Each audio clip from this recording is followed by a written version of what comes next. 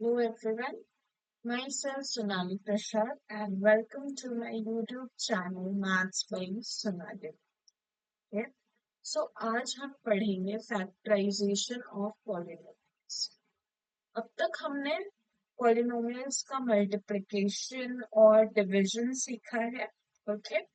लेकिन अगर मैं आपसे कहूँ कि एक बड़े पॉलिनोमियल को छोटे पार्ट्स में तोड़ना है तो कैसे करोगे? ओके, सो इस प्रोसेस को ही कहते हैं factorisation of polynomials. So factorisation of polynomials होता क्या है? फैक्टराइजेशन क्या होता है? फैक्टराइजेशन का मतलब है कोई एक पॉलिनोमियल है, उसको छोटे सिंपल पॉलिनोमियल्स के प्रोडक्ट के फॉर्म में लिखना। ओके, फॉर एग्जाम्पल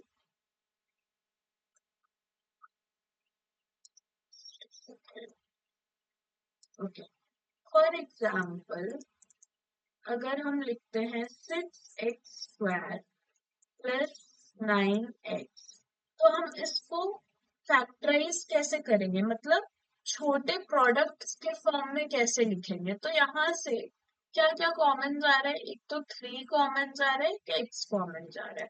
तो 3 2s are 6 and x plus 3 3s are 9, x already common गया हुआ है।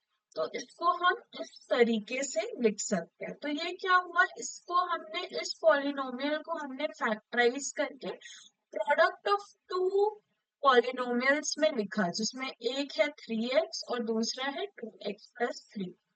ओके, सो फैक्टराइजेशन करने के लिए पॉलिनोमियल्स का हमारे पास बहुत सारे मेथड्स होते हैं। तो हम अभी डिफरेंट डिफरेंट जो मेथड्स है वो पढ़ेंगे।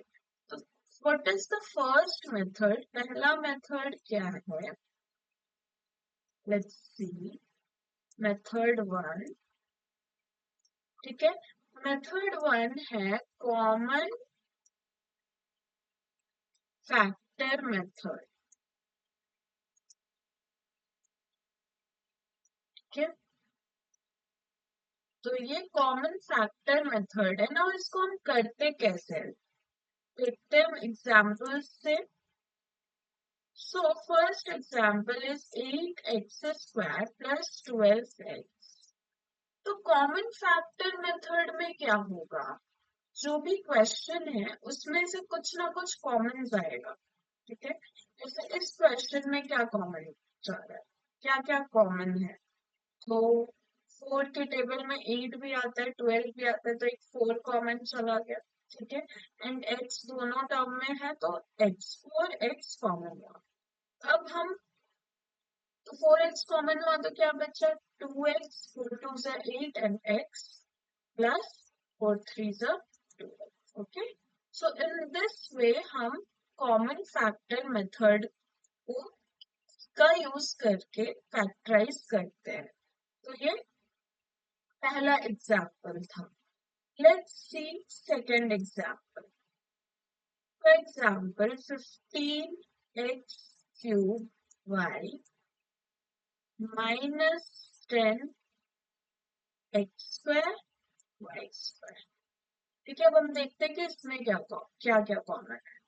सबसे पहले 5 कॉमन है, 5 के टेबल में 15 भी आएगा, 10 भी आएगा, तो 5। उसके बाद x कॉमन है, बट x का लोएस्ट पावर क्या है? x²। ठीक है, और दूसरा क्या है? y दोनों में है और लोएस्ट पावर इज 1। यहाँ से क्या कॉमन चला जाएगा? 5 3s are 15 एंड 2 कॉमन गया तो एक x बचा, minus 5 2s are 10, x² common गया, y कॉमन गया तो एक y कॉमन गया तो एक y बचा। ठीक है, तो ये हमारा फैक्टराइज हुआ by the method of common factor.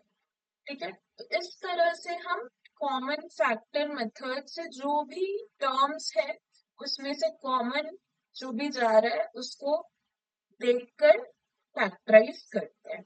Okay, so this is the method 1।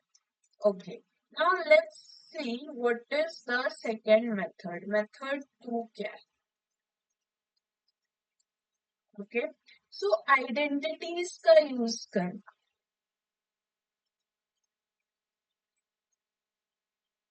Identities का यूज करना ना। What are those identities? Identities वो है क्या जिसका हम यूज करेंगे? इम्पोर्टेंट आइडेंटिटीज क्या क्या है? तो सबसे पहला है ए स्क्वायर माइनस बी स्क्वायर। इसको आप फॉर्मूला भी बोल सकते हैं, ये याद रखना होगा। So a square minus b square is equal to a plus b into a minus. ठीक है। दूसरा क्या है? दूसरा is a plus B whole square which is equal to a square plus 2ab plus b square. And तीसरा है a minus b whole square which is equal to a square minus 2ab plus b square. इस दोनों में कुछ ज्यादा difference नहीं है, बस यहाँ प्लस है और यहाँ पे माइनस है। Okay, so these are the three identities जिसका यूज करके हम फैक्टराइजेशन करेंगे। और अब एक एक करके सारा का एग्जाम्पल्स देखेंगे, तीनों आइडेंटिटीज का एग्जाम्पल्स देखेंगे। ओके, तो पहला एग्जाम्पल देखते हैं। क्वेश्चन है एक्स स्क्वायर माइनस 60। तो क्वेश्चन से ही हमको देख के समझ में आ रहा है कि ये ए स्क्वायर माइनस बी स्क्वायर के फॉर्म में है, बट हमको ये लिखना होगा। तो पहला तो एक्स स्क्वायर ऑलरेडी है, माइनस 16 किसका स्क्वायर है? 4 का स्क्वायर है, हम इसको लिख सकते हैं 4 का स्क्वायर। ठीक है। नाउ अब ये ए स्क्वायर माइनस बी स्क्वायर के फॉर्म में हुआ, तो उसका फॉर्मूला क्या है? ए plus b into a minus B. तो आंसर क्या हो जाएगा? X plus 4 into x minus 4। Simple. ठीक है, समझ में आया? तो ये कौन सा आइडेंटिटी का यूज करके हमने किया solve? A square minus b square. Easy है, बहुत इजी है। ठीक है, नेक्स्ट एग्जाम्पल देखते हैं। So the question is x square plus 10x plus 25। तो यहाँ पे सारे टर्म्स के आगे प्लस का साइन है और 3 टर्म्स है, तो हम इस फॉर्मूला का यूज कर सकते हैं, इस आइडेंटिटी का यूज कर सकते हैं। तो देखते हैं, सबसे पहले हम क्या लिखेंगे? एक्स स्क्वायर, एक्स का स्क्वायर ऑलरेडी है, ठीक है, प्लस 2 इंटू एक्स लिख दिए क्योंकि 2 इंटू ए इंटू बी होता है। अब बी क्या है? 25। 25 किसका स्क्वायर है? 5 का स्क्वायर है, तो पहले ये लिख देते हैं, यहाँ पे 5। 5 टू ज़ा 10x आ रहा है, 10x है यहाँ। तो यहाँ से क्या मिला हमको? x plus a plus B whole square which is x plus 5 का होल स्क्वायर। ये हमारा आंसर है। तो इसको हमने कौन सा आइडेंटिटी यूज किया? a plus B whole square. समझ में आया? ठीक है, ओके। तो उसी तरह से हम एक और एग्जाम्पल लेते हैं which is Y square minus 18y plus 80y। ठीक है, ओके, लेट्स सी कैसे कर। तो पहला तो वाई स्क्वायर हुआ माइनस 2 इंटू वाई इंटू 18 कैसे आएगा? 2 9 से 18 लिख देते हैं। 81 इज ऑल्सो 9 का स्क्वायर है। ठीक है, तो यहाँ से हमको a square minus 2ab plus b square मिला which is equal to y minus 9 का whole square.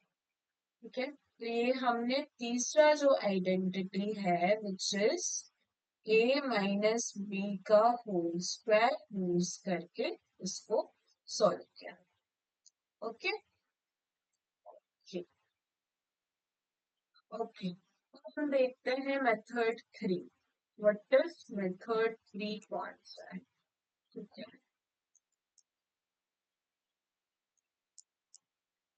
Method 3 is middle term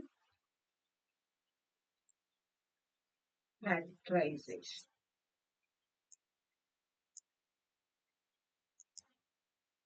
ठीक है, बहुत ध्यान से देखिएगा इसको। Middle term factorisation. Okay, now हमको करना क्या है, एग्जाम्पल देख के हम समझते हैं। करना क्या है, x square plus 7x plus 10, ठीक है। तो सबसे पहले हम क्या करेंगे, जो कांस्टेंट टर्म है और जो हमारा एक्स स्क्वायर का कोफिशिएंट है, उस दोनों को मल्टीप्लाई करेंगे। तो यहाँ पे कांस्टेंट टर्म इज 10 और एक्स स्क्वायर का कोफिशिएंट इज 1, तो वो 10 ही हुआ। अब क्या करेंगे हम, 10 का 10 को स्प्लिट करेंगे, मतलब हम किस नंबर को मल्टीप्लाई करेंगे कि 10 आएगा। तो एक तो 10 इंटू 1 कर सकते हैं, एक कर सकते हैं 5 इंटू 2, ठीक है, ये दो ऑप्शन है। अब हमको मिडिल टर्म देखना है, ठीक है। मिडिल टर्म क्या है, 7x है, तो 7x को हम क्या लिख सकते हैं, ये जो हमने स्प्लिट किया इसमें से हमको चूज करना होगा जो भी टर्म्स होगा, जैसे ये 5 और 2 है, ठीक है। तो 5 और 2 को अगर हम प्लस करते हैं तो 7 आएगा, तो हम इसका यूज करेंगे, ठीक है। जो भी दो टर्म होगा उसको प्लस या माइनस करके हमको मिडिल वाला टर्म लाना। तो ये क्या हो जाएगा, एक्स स्क्वायर प्लस 5x, क्योंकि x है तो हमको x साथ में लिखना होगा, 5x प्लस 2x प्लस 10, ठीक है। तो ये जो मिडिल टर्म है इसको हमने टू टर्म्स में स्प्लिट किया, ठीक है, किसका यूज करके, जो मल्टीप्लाई किया हमने कांस्टेंट और कोफिशिएंट ऑफ एक्स स्क्वायर को स्प्लिट किया, उसमें से देखा कौन सा ऑप्शन सूटेबल है, ताकि हम जब स्प्लिट कर रहे हैं इसको प्लस या माइनस करने से मिडिल टर्म आ रहा है। ओके, अब हम क्या करेंगे, पहले दो टर्म्स में कुछ कॉमन जा रहा है, क्या कॉमन जा रहा है, एक्स, तो एक्स प्लस 5, ओके। दूस लास्ट टू टर्म्स में क्या कॉमन जा रहा है, 2, तो x प्लस 5। अब you can see that this term and this term are same, ये दोनों टर्म सेम है, तो पूरे से ये x प्लस 5 कॉमन चला जाएगा, ठीक है। तो x प्लस 5 और बचा क्या, यहाँ पे x बचा और यहाँ पे प्लस 2 बचा। तो इस तरह से हम मिडिल टर्म फैक्टराइजेशन करते हैं। Okay, is it clear to you all. हम और एक दो क्वेश्चंस देखेंगे मिडिल टर्म फैक्टराइजेशन का, ठीक है। Okay, let's see, 2x square plus 7x plus 3, ठीक है। अब तो हमको पहला काम हमारा क्या है, कांस्टेंट और जो एक्स स्क्वायर का कोफिशिएंट है उसको मल्टीप्लाई करना। तो कांस्टेंट इज 3 और एक्स स्क्वायर का कोफिशिएंट क्या है, 2 है, ठीक है। तो आया क्या, 6। अब हमको इसको स्प्लिट करना है कि किससे हम मल्टीप्लाई करेंगे, कौन कौन से नंबर को मल्टीप्लाई करके 6 आता है। तो पहला तो 3 इंटू 2 और दूसरा 6 इंटू 1। अब हमको इस दोनों ऑप्शंस में से ही किसी का यूज करके 7 आना चाहिए। तो 3 प्लस 2 करेंगे तो 5 आएगा, 3 माइनस 2 करेंगे तो 1 आएगा, 6 प्लस 1 करेंगे तो 7 आ रहा है, हमको यही तो चाहिए था, है ना। तो हम क्या लिख सकते हैं, plus 6x plus x plus 3, ठीक है।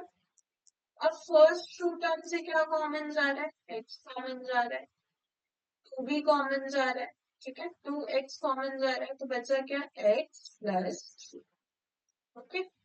और लास्ट टू टर्म से क्या कॉमन जा रहा है, 1, कुछ भी नहीं कॉमन जा रहा है, मतलब 1, तो बचा क्या, x प्लस 3, ओके। नाउ अभी होल टर्म से x प्लस 3, यहाँ भी x प्लस 3 कॉमन जाएगा, तो x प्लस 3 कॉमन गया, तो बचा क्या, 2x प्लस 1 बचा। सो दिस इज द आंसर। समझ में आया, okay, is it clear. Okay, again एक क्वेश्चन हम देखते हैं, ठीक है। अब यहाँ पे माइनस का यूज करेंगे तो वो भी थोड़ा क्लियर हो जाएगा। सो क्वेश्चन है एक्स स्क्वायर -9x - 20। ठीक है, अगेन हमको क्या करना है, हमको मल्टीप्लाई करना होगा सबसे पहले कांस्टेंट और एक्स स्क्वायर का कोफिशिएंट को। तो कांस्टेंट इज 20 और एक्स स्क्वायर का कोफिशिएंट क्या है, 1 है। तो आंसर क्या है, 20। अब हम किस किस को मल्टीप्लाई करके 20 आता है, तो सबसे पहला तो 20 × 1, ठीक है, दूसरा 10 × 2, तीसरा 5 × 4। तो हमारे पास 3 ऑप्शंस है जिसका यूज करके हमको क्या चाहिए, 9 आना चाहिए। ठीक है, 9 आना चाहिए, तो यहाँ पे हो जाएगा +3। ठीक है, तो 9 आना चाहिए, तो अगर 20 + 1 करेंगे तो 21 आएगा, 10 + 2 करेंगे तो 12 आएगा, 5 + 4 करेंगे तो 9 आएगा। ठीक है, तो हम ये यूज कर सकते हैं 5 + 4। तो क्या लिखेंगे, एक्स स्क्वायर। अब यहाँ पे माइनस है तो हमको -9x आना चाहिए। ठीक है, तो हमको पता है माइनस माइनस प्लस होता है, तो हम क्या लिख सकते हैं, -5x -4x लिख सकते हैं ना। तो माइनस माइनस प्लस होगा, 5 + 4 हो जाएगा विच इज इक्वल टू -9x होगा +20। ठीक है, अब पहला 2 टर्म से क्या कॉमन जा रहा है, x कॉमन जा रहा है। सो x -5 बचा। ओके, लास्ट 2 टर्म से क्या कॉमन जाएगा, -4। ठीक है, तो x, क्योंकि यहाँ पे हमने -4 कॉमन लिया तो ये प्लस माइनस हो जाएगा, प्लस माइनस माइनस, एंड 5 4 20, सो 5। अब पूरे टर्म से x-5 यहाँ, x-5 यहाँ कॉमन जा रहा है, तो x-5। ठीक है, बचा क्या, x-5। So this is the answer after factorisation. सो इस तरह से हम मिडिल टर्म फैक्टराइजेशन भी कर सकते हैं। ये हमारा मेथड 3 था। ठीक है, समझ में आया। ओके, नेक्स्ट मेथड है method 4th is, this is the last method which is grouping method. ठीक है,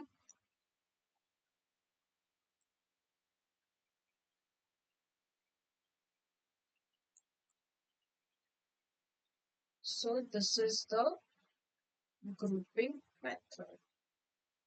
Okay, let's see ये क्या है। For example, मेरे पास क्वेश्चन है ax plus ay plus bx plus by।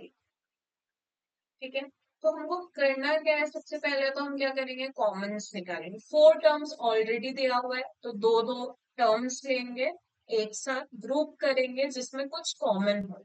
ठीक है, तो यहाँ पे ऑलरेडी पहले 2 टर्म्स में a कॉमन है तो a कॉमन ले लिया हमने, तो बचा क्या, x + y। लास्ट 2 टर्म्स में b कॉमन है तो b कॉमन ले लिया हमने, बचा क्या, x + y। अब इस दोनों टर्म में ही x + y कॉमन है ना, तो x + y कॉमन चला गया, बचा क्या, a + तो यहाँ पे क्या करना है हमको, ग्रुपिंग मेथड का मतलब क्या है, 4 टर्म्स ऑलरेडी दिए रहेंगे, हमको बस कोई 2 टर्म्स देख के एक साथ इकट्ठे ग्रुप करना है जिसमें कुछ कॉमन जाए। ओके, और एक क्वेश्चन हम देखते हैं। Okay, so for example the question is 2x square plus 3x plus 4x plus 6। अब आप बताओ कि इसमें क्या, किसमें क्या कॉमन है। तो मैं बोलती हूँ कि 2x और 4x में कॉमन है 2x। ठीक है, तो मैं इसको एक साथ लिखती हूँ। ठीक है, 2x plus 4x। ओके, उसके अलावा 3x + 6 में 3 कॉमन है तो 3x + 6 को एक साथ लिखा। तो यहाँ हमने क्या किया, ग्रुप किया ना, जो भी जिसमें भी कुछ कॉमन जा रहा है कोई भी 2 टर्म्स में, उसको एक साथ हमने ग्रुप किया। अब यहाँ से हम कॉमन निकालेंगे तो कॉमन क्या है, 2x, बचा क्या, एक्स प्लस टू, ठीक है, प्लस यहाँ कॉमन क्या है 3, तो बचा क्या एक्स प्लस टू, ठीक है। ऑलवेज कुछ ना कुछ कॉमन जाएगा ये दोनों टर्म में, तो ये x plus two and this x plus two is common, तो हम x प्लस टू लिख देते हैं यहाँ, बचा क्या 2x प्लस, ठीक है, समझ में आया। सो ये हमारा क्वेश्चन था फॉर ग्रुपिंग मेथड। तो इस तरह से हमने 4 मेथड्स पढ़े फैक्टराइजेशन के, ठीक है।